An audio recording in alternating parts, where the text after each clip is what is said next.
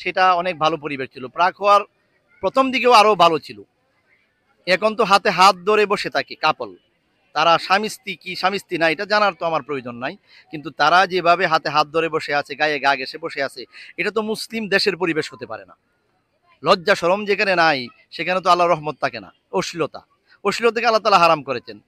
তথাকথিত কিছু বুদ্ধি আছে, বুদ্ধির ঢেকি নামের বুদ্ধিজীবী, তারা বলে যে পোশাকেও কোনো মানে শ্লীলতা অশ্লীলতা নয়।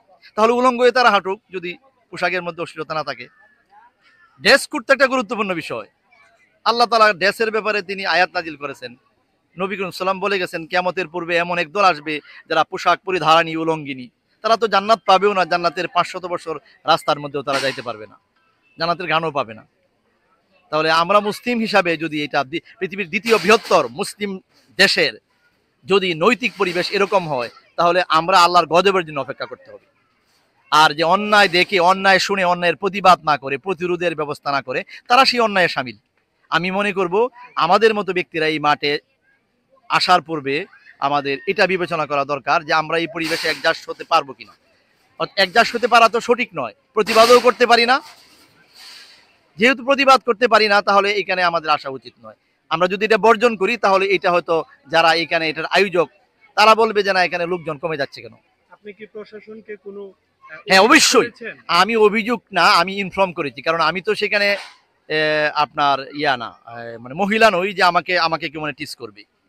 ইভ টিজিং বলা হয়, ইভ মানে আদম আলাইহিস সালামের স্ত্রী, ওনাকে বলা হয় হাওয়া। ইভ টিজিং মানে মহিলাকে বিরক্ত করা।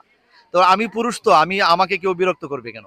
তবে আমি ইভ টিজিং না হইলেও ধর্মীয় টিজিং হচ্ছে, ধর্মকে টিস করা হচ্ছে, ধর্ম আক্রান্ত হচ্ছে যেখানে, সেখানে আমি আমাদের যে ছিলেন তদন্ত কর্মকর্তা সাবেক, ওনার নামটা ভুলে গেছি, আমি ওনার কাছে নিজ উদ্যোগে গিয়েছিলাম। উনি যে উত্তর দিচ্ছেন, এই উত্তর তৎকালীন আওয়ামী আমলে, ওই স্বৈরাচারী আমলে আমি আর উত্তর দেওয়ার সাহস পাইনি। এখন হইলে উত্তর দিতাম, এখন আমাদের যাওয়া উচিত। উনি বলছেন যে মেয়েদেরকে আপনারা ঘর থেকে বের হতে দেন না, মেয়েদেরকে আপনারা কোনো কালচারাল প্রোগ্রামে যেতে দেন না, তারা উন্মুক্ত মাঠে একটু প্রেম নিবেদন করবে, এটাও দিবেন না, তাহলে দেশ চলবে কিভাবে। এটা ছিল আওয়ামী আমলের সেই কুলাঙ্গার কর্মকর্তার উক্তি।